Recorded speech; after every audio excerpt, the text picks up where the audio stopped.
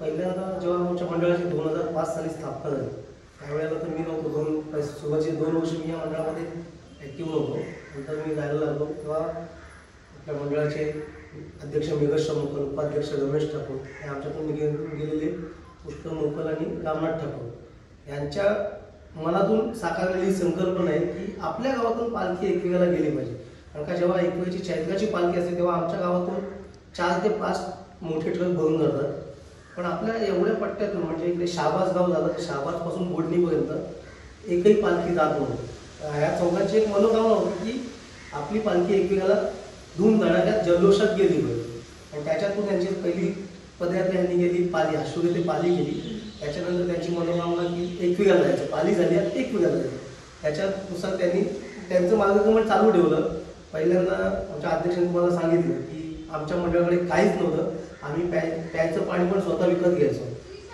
तेव्हा आणि जेव्हा आमच्या उपाध्यक्षांची गाडी आली रमेश ठाकूर, हो उपाध्यक्ष आमच्या मंडळाचे, मी या मंडळाचे सेक्रेटरी आतिश पाटील, आमचे खजिनदार पराग ठाकूर, उपसेक्रेटरी संजय डाकी, आमचे सल्लागार आतिश मोकल. जेव्हा अध्यक्षांची गाडी आली, बाईक आली त्यांच्याकडे, तेव्हापासून आजपर्यंत कुठेही त्यांची सेवा खंडित झालेली नाही. फक्त एक त्यांचा अपघात झालेला, हात फ्रॅक्चर झालेला, तेव्हा फक्त 1 वर्ष त्यांची गाडी आमच्यासोबत नाही आहे. नाहीतर आत्तापर्यंत अविरतपणे त्यांची गाडी बाईक आमच्यासोबत असते. आणि पहिली तर आमच्या मंडळाची अशी अवस्था होती की ट्रकमध्ये पाण्याची टाकी भरून ठेवायची, त्याच्यातून आमच्या उपाध्यक्ष जाऊन पाण्याचे ड्रम भरणं आणि आम्हाला पदयात्रेला पाणी देणं. पण आज ह्या जी कमिटी स्थापन झाली त्यांच्या प्रयत्नाने आज मंडळाची अशी म्हणजे एक मार्गक्रमण चालू आहे की आज मंडळाला टोटली हाशुगे ते एकविरा बिसलेरी पाणी प्यायला असतो. हो हो. आणि तेव्हा तर अशी वेळ होती की आमच्यासोबत एक गाडी पण नव्हती, फक्त एक ट्रक असायचं बस, बाकी त्याच्या पक्षात गाडी नव्हती. पण आम्ही त्याच्या मागे चालायचो, ट्रक कुठेतरी जाऊन स्पेसिफिक जागेवर थांबणार, तिथे आम्ही पोहोचायचो. मग ते रात्र झाली तरी. पण आता एकदम व्यवस्थित चालतो. आणि पहिली 5 वर्ष तुम्ही फक्त झेंडे घेऊन जात होता असं मगाशी दादा मला बोलले. तो प्रवास तुम्ही केलाय का सगळ्यांनी? हो हो केला. सगळ्यांनी त्या प्रसंगाचे तुम्ही साक्षीदार आहात. हो. म्हणजे तो जो प्रवास होता तो तुम्ही तुमच्या भाषेत काय वर्णन करू शकता की तो काय होता? ही आमच्या मंडळाची सुरुवात होती आणि तेव्हा आमच्याकडे असं डोनर वगैरे कोणी नव्हतं, म्हणजे पोस्ट असे कोणी नव्हतं. मंडळाचे हात खूप आर्थिक बाबतीत खूप तोकडे पडत होते आणि इच्छा होती आमची की पालखी न्यावी, पण आम्हाला आर्थिक बाबी थोडं जड जात होतं. आणि तेव्हा ते आम्ही चालत जायचो, 25 जण इथून चालत जायचो. 4 किलोमीटर मागे एक असायचा, 5 किलोमीटर पुढे एक असायचा. पण आता मंडळाची शिस्त एवढी कडक आहे की पालखीपासून 1 किलोमीटरमध्ये एवढ्या रेंजमध्येच सगळे चालत असतो. एवढ्या तुम्ही सोबत म्हणजे 15 जण काहीतरी ना? हो. 15 जणांचं सहकार्य आहे, त्यातून सगळं पार पडतंय. असा कोणता दादा अनुभव सांगा असं वाटेल का की ज्यावेळी तुम्हाला आईचं सत्व, जे काय आपल्याला माहितीच आहे मुळात आईचं सत्व काय आहे, ते तुम्ही अनुभवलं किंवा ती आहे तिच्या सत्वाची एक प्रचिती आली, असं काय? असं मला पर्सनली स्वतःला अनुभव खूप आहेत आईचे. आणि एकवी आईचा निस्सिम भक्त आहे. म्हणजे आता जस्ट हार्डली गणपतीची गोष्ट सांगतो. मी आणि मिसेस मुंबईहून गाडी येत होतो. गाडीमध्ये एक रात्रीची वेळ होती, गाडीमध्ये एकवीची गाडी चालू होती आणि गाड्या JSW आल्यानंतर स्टॉप झाले. गाडी पलटी होता होता गेली. आईला तिथूनच हात जोडले. दुसऱ्या दिवशी सकाळी आईच्या दर्शनाला. म्हणजे हा अनुभव म्हणजे हो आपण हो मला खूप खूप खूप आईचं मी खूप निश्चित बघते. तुम्ही आता म्हणाला एकट्याला जायचं तरी आता माझी नियोजित आहे. आणि इथे बसलेल्या कोणाला आपला अनुभव शेअर करा असं वाटेल का? काही वैयक्तिक असो, पालखीचा असो किंवा पालखीत चालल्यानंतर आपल्यात काहीतरी एक सुधारणा होते, आपली भक्ती वाढते, जे काही असेल काही एखादी अनुभव म्हणजे सांगायचं झालं तर कसं आहे की कोणतंही कार्य पहिलं म्हटलं तर त्याच्यामध्ये नियोजन लागतं. नियोजनाशिवाय कोणतेही काम होऊ शकत नाही. माझे भाऊ मेघेश्वर मुकुल या एकेरा पदयात्रा मंडळाचे अध्यक्ष, त्यांच्या मार्गदर्शनाखाली जवळजवळ एखादी पालखी जी आमची पदयात्रा निघते त्या पालखीचं एक महिना 2 महिने आधीपासून आम्ही नियोजन करतो की आपल्याला या ट्रॅकने जायचं, आपल्याला हे नियोजन करायचं आहे. कारण नियोजनाशिवाय कोणतेही काम तुमचं यशस्वी होऊ शकत नाही. तर माझा या पालखीमधला दुसरं वर्ष होतं या वर्षीचं नवीन आहे मी. पण कसं आहे की मनामध्ये इच्छा असावी लागते. कोणतेही काम करायचं झालं तरी तुमची मानसिक इच्छाशक्ती असेल तर तुम्ही काहीही करू शकता.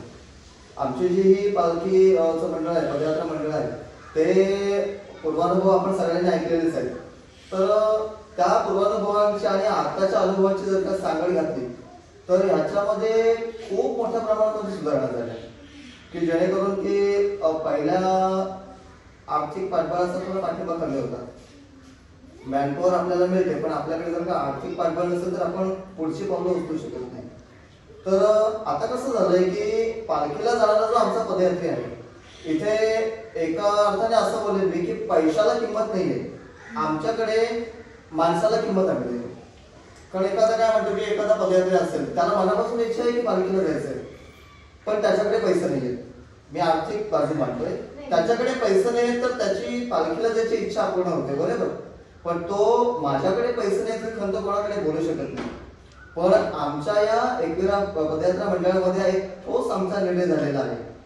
जर का एखाद्या पदयात्रेची इच्छा झाली की मला पालखीला जायचं असेल आणि त्याच्याकडे जर का पैसे नसतील तर आम्ही असं ठरवलेलं आहे की आमच्या 15 पैकी कोणालाही येऊन सांगायचं माझा हा पैशांचा प्रॉब्लेम आहे, तर काय होऊ शकतं. एक आमच्यामध्ये ठरलेलं आहे, 15च्या बाहेर कुठे गेलेला नाही येतो नियम. पण आज मी इथे आपण सगळ्या एकत्र चर्चा करतोय तर मी सांगतो की आमच्यामध्ये असं ठरलंय की ती जी व्यक्ती असेल, व्यक्ती असेल जिच्याकडे पालखीला जाण्यासाठी पुरेसं आर्थिक पाठबळ असेल तर 15च्या वर 16व्या व्यक्तीला हे न कळता ती व्यक्ती 3 दिवस आमच्यासोबत पालखीमध्ये येते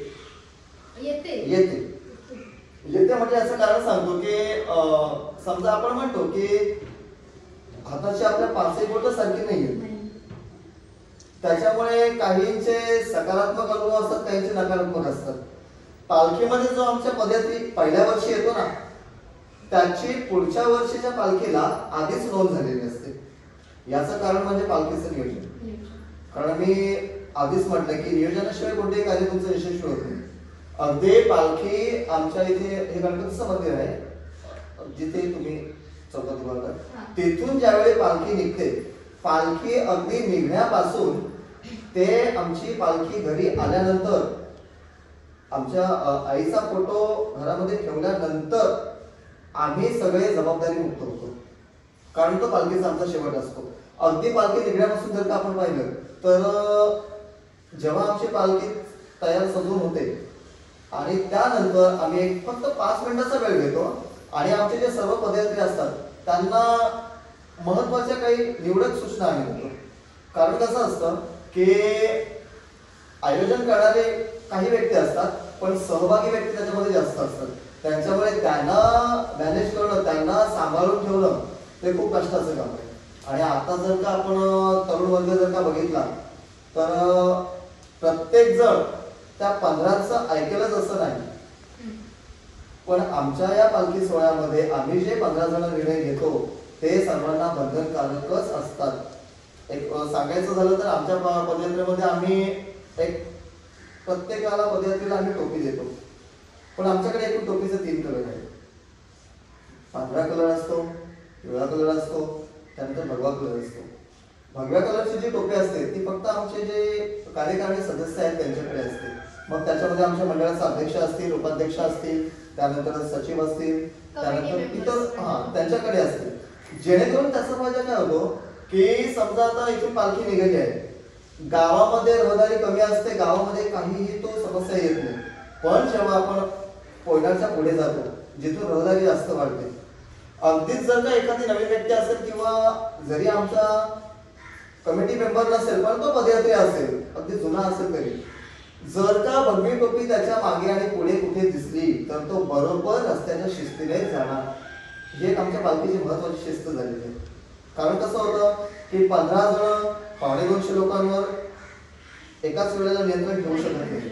आणि त्याच्यामध्ये एक आम्ही वैयक्तिक जबाबदारी देतो की तू या पालखीचा सदस्य आहेस, तुला कसं वागायचंय, तुझ्या जबाबदारी काय ते तुला कळलं पाहिजे.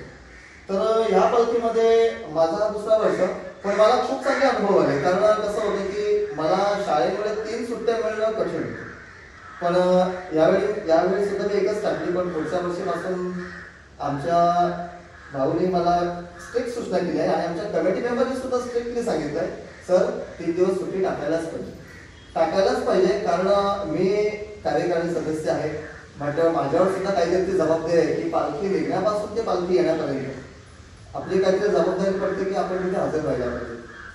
तर जेव्हा पालखी मार्गस्थ होते, अगदी मध्ये आमचा एक थांबा असतो, एका रात्रीसाठी तिथे थांबतो, त्यानंतर पालखी घाटातून जाते. पण त्यावेळेची जी पालखीची शिस्त आहे, पालखीचं नियोजन आहे, अगदी खाण्यापासून, कारण पालखीमध्ये कसं असतं की तरुण वर्ग जास्त असतो, तरुण वर्गाला भूक जास्त लागते. चुकून कधी थोडासा फार जेवणाला वेळ झालाच तर आमचे हे सगळे कार्यकारिणी सदस्य त्यांना नाश्ता घेऊन तिथे पुढे तयार असतात. का तर आपण म्हणतो की आयोजन करणारा जो असतो तो सांभाळून घेईल, पण इतर जे असतात, शेवटी चालणारी मंडळी असते, त्यांना भूक लागते, तरुण वर्ग आहे. तर याच्यामध्ये एवढं चांगल्या पद्धतीचं नियोजन होतं ना. या वर्षी आमचं या पालखीचं 20वं वर्ष आहे. येणाऱ्या पालखीचं. तर आमचं पुढील प्रस्तावित नियोजन असं आहे की जी ती आमची पालखी असेल, न भूतो न भविष्यती अशी पालखी आम्हाला करायची आहे. 20वं वर्ष आहे. आमच्या या खारेपाट विभागातून ही एकमेव पालखी अशी आहे की जी एवढी मंडळी घेऊन सोबत जाते. आणि असं कसं होतं की याच्यामध्ये सगळ्यात महत्वाचं मी म्हणेन की माणसांची एकजूट करून ठेवणं खूप महत्वाचं आहे. पैसे कोणीही देतो, सहभागी होतो, पण त्याला भावनिकरित्या जोडून ठेवण्याचं काम जे आहे ना, ते आमच्या पालखीच्या अध्यक्षांसमवेत आम्ही कार्यकारिणी सदस्य करतो की जेणेकरून त्या पालखीमध्ये निघण्यापासून ते पालखीपर्यंत येईपर्यंत कोणीही दुखावला गेला नाही पाहिजे. हे पालखीचे आमच्या खूप चांगले शिस्त आणि खूप चांगला नियम लागलेला आहे. आणि म्हणूनच 15 जण ज्यांना जी जबाबदारी दिलेली असते ती पार पडतात. हो, त्याच्यामध्ये काही इश्यूच नाही. अध्यक्षांनी तुम्हाला जबाबदारी दिली म्हणजे तुम्हाला पूर्ण जबाबदारी दिली म्हटलं ती त्या वेळेमध्ये तुम्हाला पूर्ण करणंच आहे. शेवटी आपण काय म्हणतो की एखाद्या व्यक्तीला अधिकार दिला तर अधिकारासोबत जबाबदारी जोडली जाते.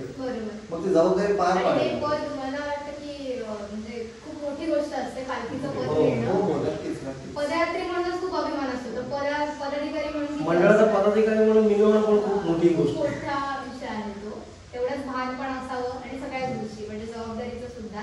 पण आता तुमचं एकंदरीत नियोजन काय असतं, म्हणजे पालखी पहिल्या दिवशी तुमची निघते तेव्हाच काय असतं, म्हणजे किती वाजता निघते, काय पहिलं जेवण कुठे करता, काय? सकाळी 5 वाजता, शुक्रवारी सकाळी 5 वाजता पालखी उचलतो.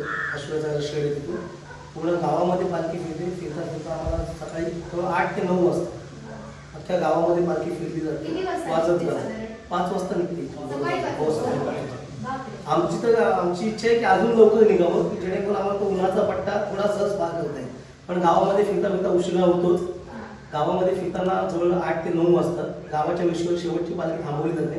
त्यामध्ये सगळे हार नागर सगळं काढून पालखी हलकी केली जाते आणि पालखी पुढे मार्गस्थ केली जाते. तेव्हा गावातली काही आपले मंडळाचे हितचिंतक आहेत, नाश्ता देतात, चहा देतात आणि कोल्ड्रिंक्स देतात.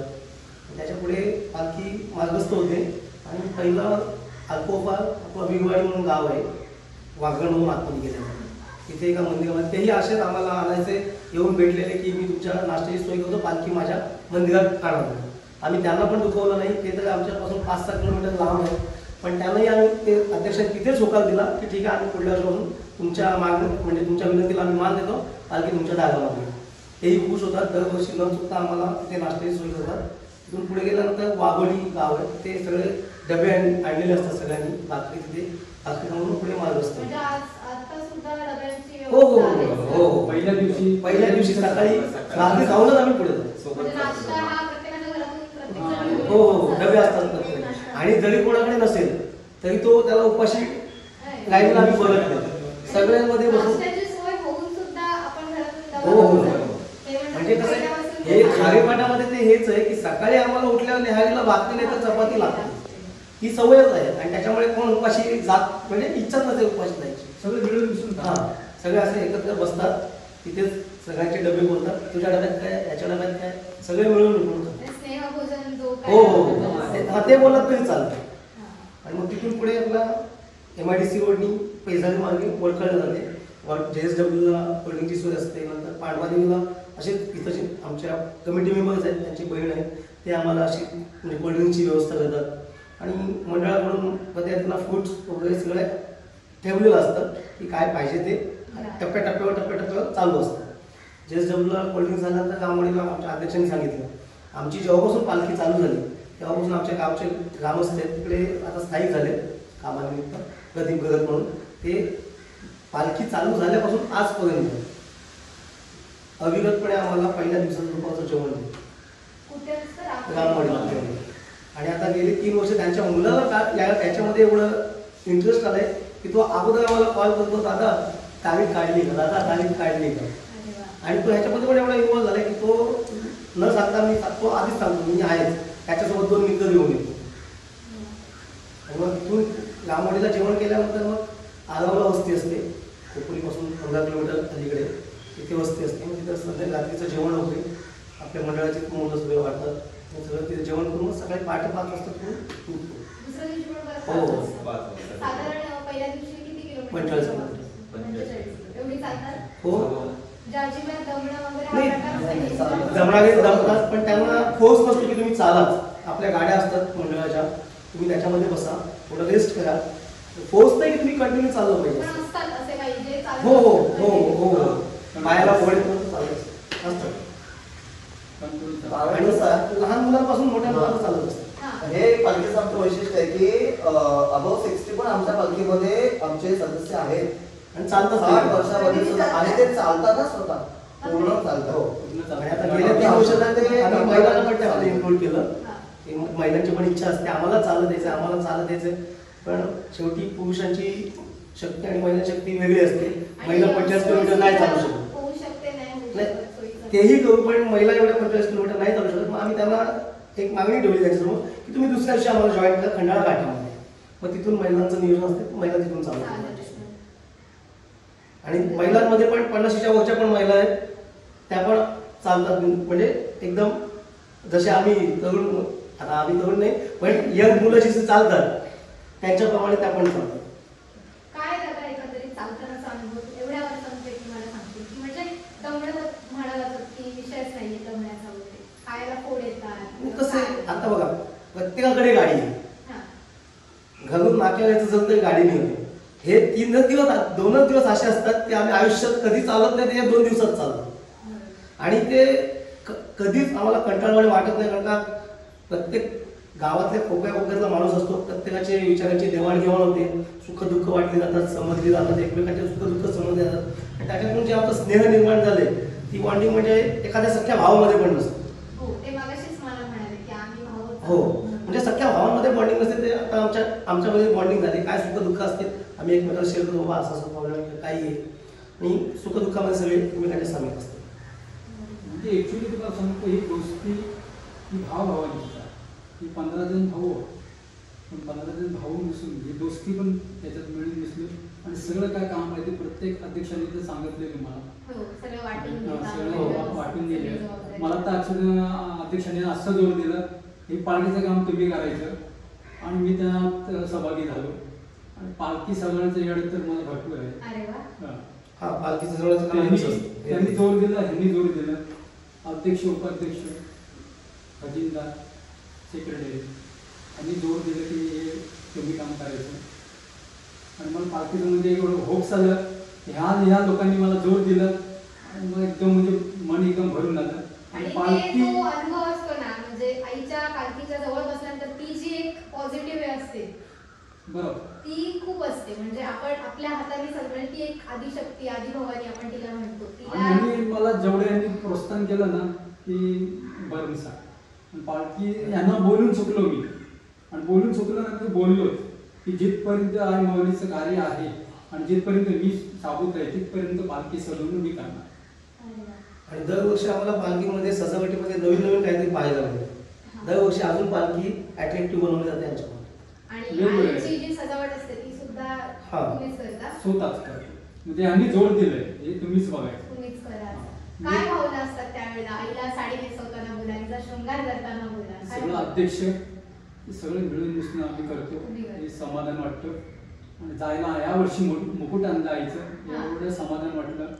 आणि पालखी खांद्यावर घेतल्यावर कसं म्हणजे मन भरून येतं की सतत चालतच राहावं. ते ओझं कधी आणि एवढं मोठं गावात सोहळा करतो की बच्चाला म्हणजे असं बोलताना आता बोलायलाच लागेल. छोट्या मुलाला पण सोडत नाही.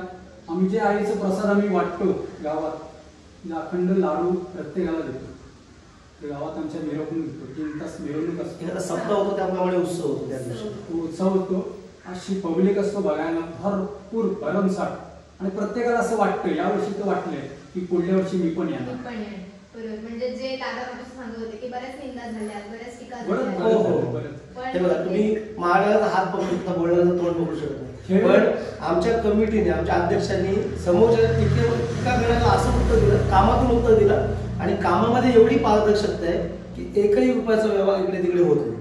आमचे व्यवहार खजिनदार बघतात. आम्हाला सगळ्यांना त्यांच्यावर विश्वास आहे आणि त्यांना आमच्यावर विश्वास आहे. एकही रुपयाचे अफरातफरी इकडे होत नाही. आणि जो नियोजन असतो त्यात नियोजनाप्रमाणे सगळं जमा खर्च होतो.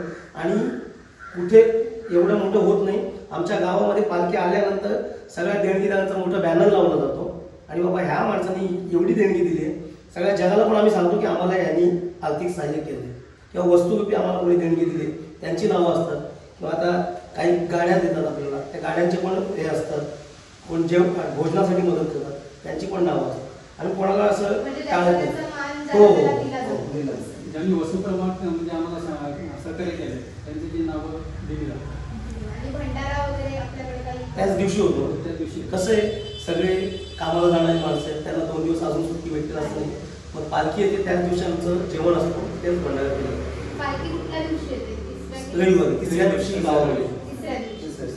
रविवारी सकाळी तिकडे दर्शन केलं जातं. पहिलं पहाटे काकड आरतीचं पालखी नेऊन आपला मुखवटा वगैरे दर्शनाला जायला लागतो. तिकडे नंतर जेवण होतं, मान दिला जातो.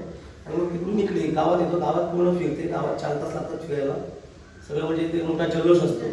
ते झाल्यानंतर मग इकडे पालखीचं समारोप केला जातो. जिथून उचलली पालखी तिथेच. अध्यक्षांनी एक सुचवलं आम्हाला 15 जण आम्ही एक फंड तयार केला. एका मावळीसाठी या फंड तयार केला. काहीतरी पुढे देणगी आपली वाढावी, थोडासा भांडवल, थोडासा वाढा. अध्यक्षांनी चांगली सूचना दिली आम्हाला. म्हणजे अध्यक्षाने म्हणजे मला वाटतं त्यांना प्रेरणा देणारी माऊलीच. हो. ते एक निमित्त असतं. म्हणजे तुम्ही 15 जण आज एकत्र आला हे पण निमित्त आहे. म्हणजे असाही त्यांनी डायरेक्ट सांगितलं तुम्हाला, मध्ये बोलले तुम्हाला की 15च्या नंतर 16 होणार ना. नाही होणार. आणि हे गॅरंटी आमच्या अध्यक्षांचं नेहमीच आहे. यावर्षी मी काही चालणार नाही, पण शेवटपर्यंत चालतात आमच्या. ते माऊलीची इच्छा. मनाची इच्छा, प्रत्येकाची मनाची इच्छा, तिची इच्छा. तिची इच्छा की ती घेते चालू हो. तोपर्यंत चालत राहायचं. ती घेते आणि हे जेवढे आहेत तेवढे आहेत. म्हणजे 15 जण आहेत कमिटी. जेवढे काय म्हणजे असे हायफाय वाले कोणी नाही. कोणी नाही. जे आहे ते रोज हो. त्याच्यावर चालणार आहे. आणि त्याच्यानंतर आई माऊलीचं आशीर्वाद आहे, त्याच्याने सगळं चाललं. कशी वहिनी मला म्हणाल्या की एक अनुभव आहे गेल्या वर्षीचा, तो तुम्हाला सांगते आमचे कमिटी मेंबर्स. तो कोणता अनुभव? आम्ही खोपोलीहून आगावून निघालो. आगावून निघाल्यानंतर तो स्पीड ब्रेकर आहे, तिथून एक कुत्रा आम्हाला जॉईन झाला पालखीला. आणि जिथे आम्ही थांबायचो तिथे कुत्रा थांबायचा. त्याला खायला घातलं नाही झालं, फक्त पाणी प्यायला थोडंसं. तो पण असा ह्याच्यामध्ये डब्यामध्ये बॉटल कापून त्याला पाणी दिलं, तेव्हा तो थोडं पाणी प्यायला. जेवायला थांबलो, इथे तो कुत्रा थांबला. तिथून पुढे एकविराला आमच्या सोबत आला. एकविराच्या म्हणजे आमचं जे विषय म्हणजे हे असतं, आमचं थांबायची व्यवस्था असते इथे, तिथपर्यंत तो कुत्रा आमच्या सोबत होता. दुसऱ्या दिवशी रात्री तो म्हणजे आम्ही पोहोचल्यानंतर रात्री कुठे काय झालं कोणालाच कळलं. तोपर्यंत कुत्रा सगळं आम्ही त्याच्या अंगावर म्हणजे थंडी वाजून येतो त्याची सगळी व्यवस्था केली. रात्री म्हणजे आमचं जेवण होत पण तो आमच्यासोबत होता. नंतर अचानक कुठे काय झालं कोणालाच आणि काही पाणी पण तो कधी प्यायला एकविरा जेवणाच्या जेव्हा आपण बाहेरला एंट्री केली ना तेव्हा तिकडे असं काम चालू आहे ते म्हणजे वाहतं पाणी ना तो तिथून पाणी प्यायला पोटभर पाणी प्यायला लॉजिंगचं आहे तिथे ते वाहतं पाणी तिथे तो आहे. तो पोटभर पाणी म्हणजे प्यायला पहिल्या रात्रीपासून तो सोबत हो. पहिल्या रात्रीपासून हो. आणि तो रात्री झोपायचा वगैरे तर तुम्ही बघत होता फक्त दुसऱ्या दिवशी तुम्हाला माहित नाही. हा म्हणजे नाही जेव्हा आम्ही वस्तीकडून निघालो ना पहाटे 4 वाजता तेव्हा तो आमच्यासोबत चालला असतो. हा. आणि एकविराला पोहोचल्यावर त्याला जेवायला वगैरे दिलं आणि नंतर रात्री जो गेला ना तो 45 किलोमीटर चालला आमच्यासोबत. म्हणजे आईचं एक रूप आपण म्हणतो की हो. जनावरांपासून झाडापाल्यांमध्ये आहे तर तसं आणि आम्ही ठरवलेलं पण की जर तो जर असेल तर जिथून तो आपल्यासोबत आला तिथे आणून त्याला सोडायचं गाडीमध्ये. पण तो त्यांनी त्याचा मार्ग त्यांनी स्वतः निवडला आणि तो रात्री कुठे काय झाला कोणाला असं म्हणावं की एक आईचं रूपच होतं हा. माझ्यासोबत. ते आमच्यासोबत साथ हा. देणं, एक प्रकारचं असं म्हणजे अजून कोणाचा काही वैयक्तिक अनुभव एखादं काही असेल की ज्या वेळेला तुम्हाला असं वाटतं की आई म्हणजे आईने मदत केली असेल आईचं सत्व जाणवलं असेल जे काही असेल किंवा एक पालखी चालताना एक पॉझिटिव्ह आपण म्हणतो कुठेतरी नकारात्मक शक्ती आपली जाते ते काही असं काही पण असं एक वेळेला होतं असं माझा स्वतःचा अनुभव नव्हतो. पालखीच्या आदल्या दिवशी मी मुंबईहून येतो आणि बडकळ असं एकाने मला हात केला. मी आपला माणुसकीच्या नात्याने त्याला घेतला गाडीवरती. त्या बाईकमधला पॉकेट उडवलं पैसे होते पालखीसाठी पैसे काढले होते सगळंच्या सगळं गेलं. मी अध्यक्षांना बोलून मी येणारच नाही. ते बोलले नाही तू चल जे काय ते बघू आपण. आणि आम्ही गेलो पण त्यामध्ये सगळे डॉक्युमेंट्स म्हणजे 4 बँकांचे ATM कार्ड होते 2 क्रेडिट कार्ड होते आधार कार्ड पॅन कार्ड सगळे ओरिजिनल होते. आणि देवीच्या कृपेने त्याच वडकळमध्ये पुढे गेल्यानंतर आम्हाला ते एकाने कॉल केला आमच्याकडच्या माणसाने तुझी अशी वस्तू आमच्या इथे भेटली. आम्हाला ते पुन्हा भेटलं पालखीला आम्ही गेलो यांच्यासोबत चालू. आणि पैसे पण पालखीचेच होते त्या ह्याच्यामध्ये पैसे नाही भेटले वस्तू भेटल्या वस्तू आम्हाला. भेटल्या, सगळ्या बरोबर. भेटल्या. असं. म्हणजे बरेच प्रसंग येत असतात तुम्ही 2 महिने आधीपासून हो घडवत असाल मला वाटते सगळ्या. इथेच पहिली मिटिंग होतात सगळ्या मिटिंग इथेच होतात. म्हणजे आम्ही मंडळाच्या कार्यक्रमाचं नियोजनच इथून चालू केलं. बाहेर बसलो होतो तेव्हा आम्ही काही चालू घेतली नव्हती. सकाळ पहाटे 4 वाजेपर्यंत इथे पुजारी येतपर्यंत आम्ही 5-6 जण होतो. आम्ही नियोजन केलं बाबा हे असं आहे आपल्याला काय करता येईल याच्यामध्ये. आम्ही सगळं खर्च काढलं किंवा एवढे पैसे येतील आपल्याला तेवढं आणि तेवढ्याच्या तेवढे नियोजन करून परफेक्ट तेवढं फिगर आमच्याकडे राहिलं. म्हणजे आमचं हे सगळं जे कार्य चालू झाले ते इथून चालू झालं. अजून म्हणजे मला त्यांना विचारायचं वाटतं की तुम्ही पेशाने शिक्षक आहात हां म्हणजे काय म्हणतात ना एक आत्ताचं हे युग आहे जिथून तुम्ही विद्यार्थ्यांना मार्गदर्शन करता कुठेतरी असं पालखी पण करता तर हे कुठेतरी ऐकण्यात मला नवीन होतं की शिक्षक आहे आणि पालखीला चालतो तर तुमचं काय एकंदरीत म्हणजे संस्कृती जपणं सुद्धा आपण तितकंच महत्त्वाचं मानतो म्हणजे प्रत्येकाच्या भावना आहेत शेवटी एक आईचा भक्त म्हणजे प्रत्येकाचं एक कुठेतरी भावना लपलेल्या असतात त्या तेव्हा जाग्या होतात तुमचं त्यावेळेला काय मत असतं पालखीबद्दल सांगायचं झालं तर कसं होतं की मी आधी म्हटल्याप्रमाणे की आपल्याकडे अधिकार असेल तर जबाबदारी येते. ज्यावेळी पालखी गावातून जायची त्यावेळी मी पालखी लांबून बघायचो. तर माझ्या क्लासरूममधून वगैरे मी पालखी बघायचो.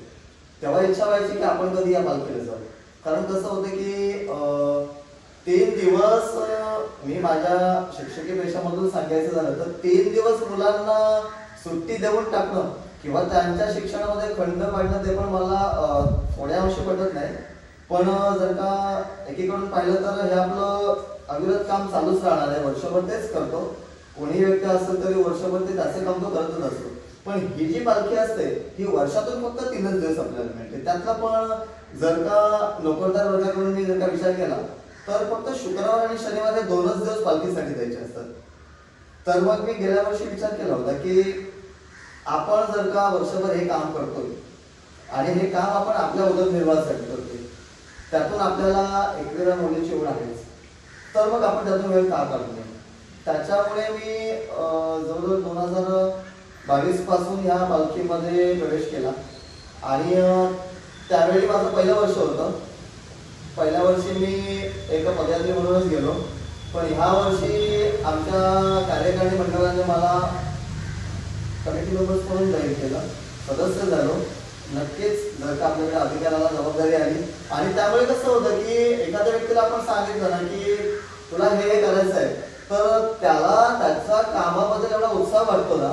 कारण कसं आहे की तेव्हा कसं होतं, नियोजन करणारा जो असतो तो एकच काम करत नाही, आपलं तर आपण कर्तव्य पार पाडतोय, त्याचबरोबर इतर दुसरा जो व्यक्ती आहे, दुसरा जो सदस्य आहे किंवा दुसरा जो आपला पदयात्री आहे त्याच्या कामावर सुद्धा एक मला तशी सवय आहे की मी माझं काम करतो पण दुसरं पण डिपार्टमेंटचं काम व्यवस्थित चालू आहे की नाही हे सुद्धा मी नक्कीच बघतो, की जेणेकरून कसं होतं की ह्या पालखीमध्ये जास्तीत जास्त सहभागी व्हावे पदयात्री अशी इच्छा असते. आणि जेव्हा मी या पालखीमध्ये जॉईन झालो, ह्या वर्षी माझ्या विद्यार्थ्यांचा अनुभव सांगतो की ते त्यांच्या पालकांना विचारायचे की सरांना, आमच्या सरांना सांगायचं की आम्हाला सुट्टी मिळेल का.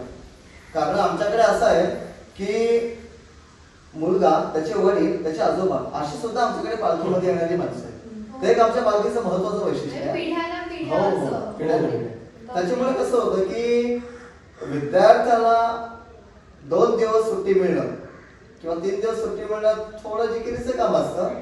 पण शाळेच्या स्तरावर आता मी ह्या शाळेमध्ये असल्यामुळे ते अध्यात्म ऍडजस्ट करून घेतो, पण मी मुलांना त्या पालखीला घेऊन जातो. अरे बाबा. हा, कारण कसं आहे, त्याची जर काही इच्छा असेल पालखीला जायची किंवा त्याला पदयात्री म्हणून जायचं असेल तर ती त्याची मनातली इच्छा निर्माण होता कामा नये. हे एक आमच्या पालखीचं महत्त्वाचं विषय. आणि ते जे वय असतं त्या वयामध्ये स्वतःहून उठणं, स्वतःची अंघोळ, म्हणजे घरी तर मला वाटतं मुलांना आई वगैरे सगळं हातात देत असते, ते ती जी अंघोळ, ते जेवण किंवा ते चालणं, जे कष्ट आपण बोलतो किंवा एक स्वतःहून जी एक सवय लागते, मला वाटतं बरंच शिकवलं असतं, बरंच काहीतरी शिकण्यासारखं असतं. आणि एक म्हणजे सगळ्यात महत्त्वाचं म्हणजे आपली संस्कृती कळते, आपल्या ज्या हे चाली. सांगायला जर आलं नाही तर बोलणं आलंय तर मला बोलतो की लहान मुलगा घरी उठायला कंटाळा करतो, हा, पदयात्रेमध्ये उठायला कंटाळा करत नाही. नाही, तो रात्री 2 ते 3 वाजता पण अंघोळ करून मोकळा असतो. बरोबर आहे. हे म्हणजे एक आम्हाला एक अनुभव चांगला आहे. ती घरातली तिची मुलं एक उठू ऊर्जा शकत असते, नाही. तिची हा, एक शक्ती त्याच्यात असते. एक होप्स आहे. तिच्या ते नावात होप्स ती आहे एक ना. शक्ती त्यांच्या असते. नावात, आईच्या नावाने ते मुलं आहेत ती सकाळी लवकर उठतात आणि फ्रेश होऊन, आपल्या अगोदर फ्रेश होऊन चालायला सुरुवात करतात. हे एक मोठं म्हणजे आम्हाला अनुभव आलेला आहे आणि चांगलं म्हणजे एक बसलेलं आहे मनात, एक मुलं पुढे करू शकतात. म्हणजे खूप चांगलं वळण लावताय. नाही, कारण संस्कृती संवर्धन याच्यामध्ये महत्वाचा मुद्दा आहे. कारण जर का आपण आता जरी आपल्या अलिबाग तालुक्याचं पाहिलं तर काही ठिकाणी असं चालू आहे, आज पण चालू आहे ते, की समजा एखाद्याचा हिंदू धर्म असेल, धर्माबद्दल आपण कोणताही विषय घेणार नाही होत, पण सांगायचं झालं तर धर्मांतराचे विषय खूप चालू आहेत सध्या. आजही ते विषय चालू आहेत काही ठिकाणी. तर ह्याच्यामुळे काय होतं की एखाद्याला आपल्या संस्कृतीबद्दल किंवा आपल्या देवी देवतांबद्दल, देवी देवत आपण इतर धर्माच्या देवतांना दोष देत नाही होत, पण कसं होतं की याच्यामुळे काय होतं की आपल्या देवी देवतांबद्दल महत्वाचं म्हणजे आपल्या बालमनावर जो विश्वास असतो तो दूर होत जातो. ही पहिली गोष्ट आहे त्याच्यामध्ये. कारण कसं आहे की आता जे काही इतर धर्म आहेत की पैसे देऊन वळवणं, ही प्रक्रिया सध्या अलिबागमध्ये चालू आहे. हा ज्वलंत विषय आहे आताचा. पण याच्यामुळे कसं होतं की हिंदू धर्माविषयी ओढ किंवा आपल्या देवी देवतांविषयी ओढ आणि सगळ्यात महत्त्वाचं म्हणजे जी भावी पिढी आहे की जेणेकरून जी आता ही लहान मुलं आमच्या पालखीमध्ये चालतात, अगदी आताच आमच्या सहकार्याने सांगितल्याप्रमाणे की त्यांच्यामध्ये एवढी ऊर्जा निर्माण होते ना की आम्हाला वाटतं कधी कधी की लहान मुलं चालतील न चालतील, पण ते अगदी हशिवऱ्यापासून ते कारल्यापर्यंत अगदी लिहिल्या चालत जातात ते. आणि ते आमच्या साधारण म्हणायचं झालं 500 पासून पुढे. अध्यक्षांचा मुलगा मला वाटते 5वी पासून, 5वी खूप लहान, आम्ही जबरदस्ती गाडी टाकून घेऊन जायचो. आता तो आधी जाणतो मला यायचं. आणि तुमच्या सगळ्यांचीच मुलं म्हणजे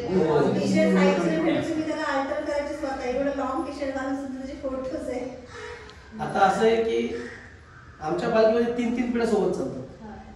आता अध्यक्षांची झाली, यांची मुलं असतात, यांची असतात, माझी आई, मुली, सगळं पालखीमध्ये चालतं. म्हणजे सगळं एक कुटुंबाप्रमाणे सगळं चालत जातं. म्हणजे वडील, मुलगा, नातू असं. हो. नाही, हे खूप छान आहे म्हणजे की आपण जे करतोय ते आपल्या लहान मुलांना सुद्धा. पण त्याला एक ओढ निर्माण होती की आता यावर्षी चला, यावर्षी झाले पालखी कधी येणार आता विचार असत लहान मुलं जेव्हा भेटतं दादा आपली पालखी कधी येणार दादा आपली पालखी हा एवढी ओढ त्याला चालू म्हणजे लागलेली. बरोबर. आणि एकविरा माऊलीचा हा विषय खरं म्हणजे आहेच की तिची ओढ कधी कमी होत नाही. कधीच तरी नाही. आताही डोंगरावरती दर्शनाला गेलो तरी डोंगर उतरताना पुन्हा कधी येऊ हा. हे येतं मनात. हे मनात येतं.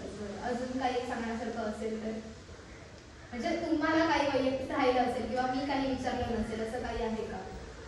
म्हणजे मी विचारलेलं नाही आणि तुम्हाला सांगायचं असं काही विषय आहे? आणि मगाशी शिस्तपालनचा विषय निघालेला. हां. शिस्तपालनमध्ये अध्यक्षाने जे सांगितले किंवा कमिटी मेंबरनी सांगितले ते वयाच्या 10 वर्षाच्या मुलापासून 70 गाठलेल्या माणसाला तुम्हाला बंधनकारक आहे, तुम्हाला ऐकायचंच आहे. तुम्हाला जर नियमांचं पालन करायचं नसेल तर तुम्ही पालखीमध्ये नाही चालत तरी चालेल, कारण का नियमाच्या पुढे कोणी माणूस मोठा नाही आमच्या. तुमच्याकडून भरपूर वेळ घेतला मी त्याबद्दल पहिली म्हणजे क्षमा, कारण एवढा वेळ एकत्र कोणी देत नाही आजकाल. म्हणजे आणि खूप कमी दिवसात म्हणजे मला वाटतं 2 दिवसाआधीच त्यांच्यासोबत कालच काहीतरी बोलणं झालं माझं आणि लगेच मी इकडे आले. म्हणजे ती तिची इच्छा खरं तर म्हणजे काही आमची असं कमिटी नाही. मेंबर असे आहेत ना, असं भेटायला बोलवलं तर थोडे काचकूच करते, पण मंडळाचा विषय बोलले की धावत येणार. लगेच जातं. हा. नाही, खूप सुंदर माहिती दिली मेन म्हणजे. आणि ही जी एकी आहे ती अशीच चालू राहू, ती अशीच राहू. मेन म्हणजे अजून खूप सारी प्रगती करा, मंडळाचं अजून खूप मोठं नाव हो, हेच माऊली चरणी प्रार्थना. जय.